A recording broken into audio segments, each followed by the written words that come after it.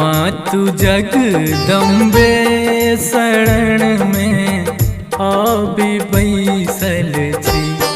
अहाँ के दीप्ति मंदिर में मुदा मुँह जाबि बैसल छी।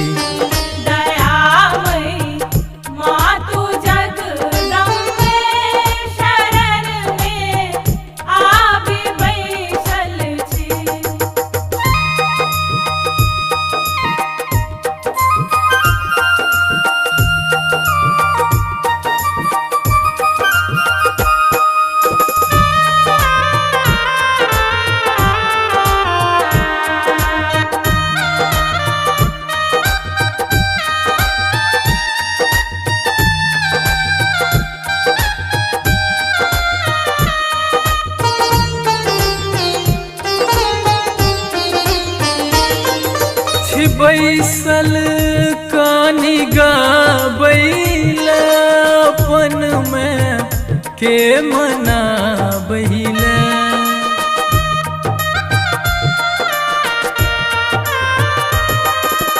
बैसल कानी गाबैल अपन में के मनाबैल। अपन में के मनाबैल अपन में के मनाबैल। ठेहुनिया हैन ककिल कारी सुनाबे आबि बैसल छी।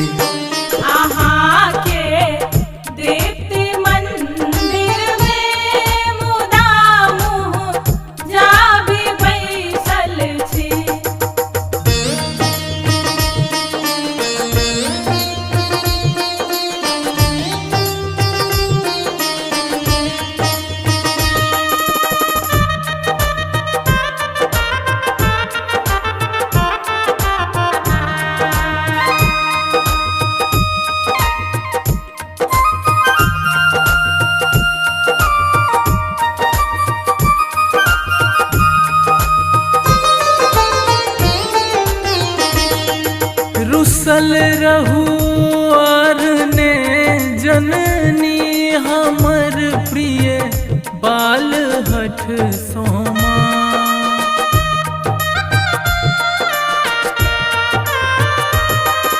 रुसल रहू और ने जननी हमर प्रिय बाल हठ सोमा।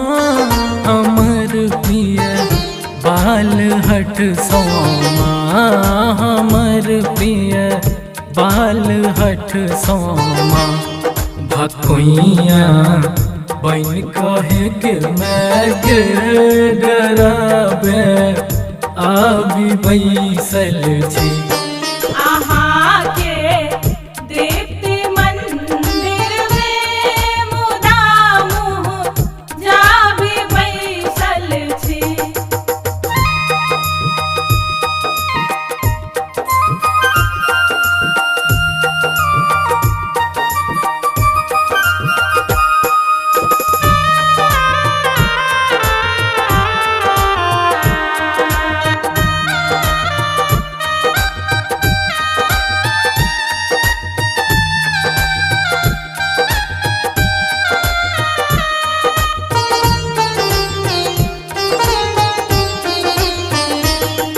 दुलारब और छिरियाब छकायब छकनू का जायब।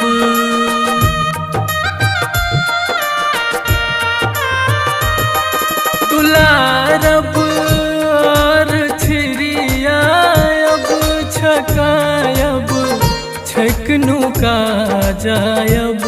छकायब छकनू का जायब छकायब छकनू का जायब।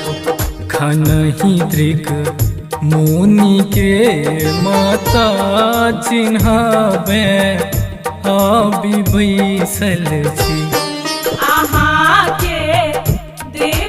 मंदिर में मुदा मुँह जाबि बैसल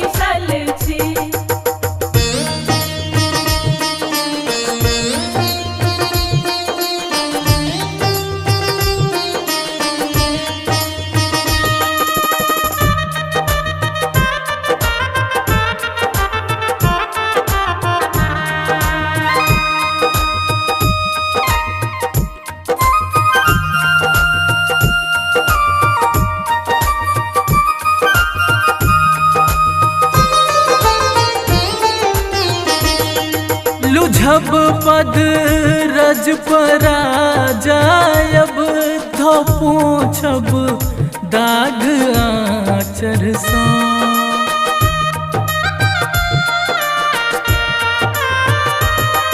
लुझब पद रज परा जायब धोपो छब दाग आचर सो धोपो छब दाग आचर सो धोपो छब दाग आचर सो खनहि मुँह तो इसका जननी हंसावे अभी बैसल छी आहा के दीप्ति मंदिर में मुदा मुँह जा भी बैसल छी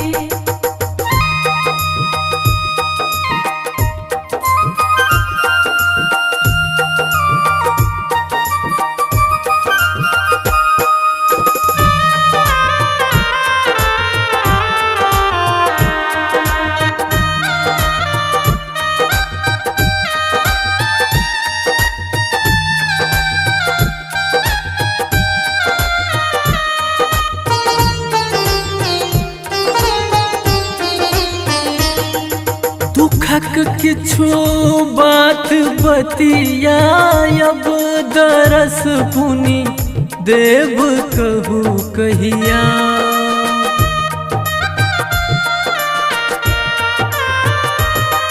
दुखक किछु बात बतियाब दरस पुनि देव कहू कहिया दरस पुनि देव कहू कहिया दरस पुनि देव कहू कहिया सुलभ कवि संग पियालोचन कखन सो बारी बैसल छी।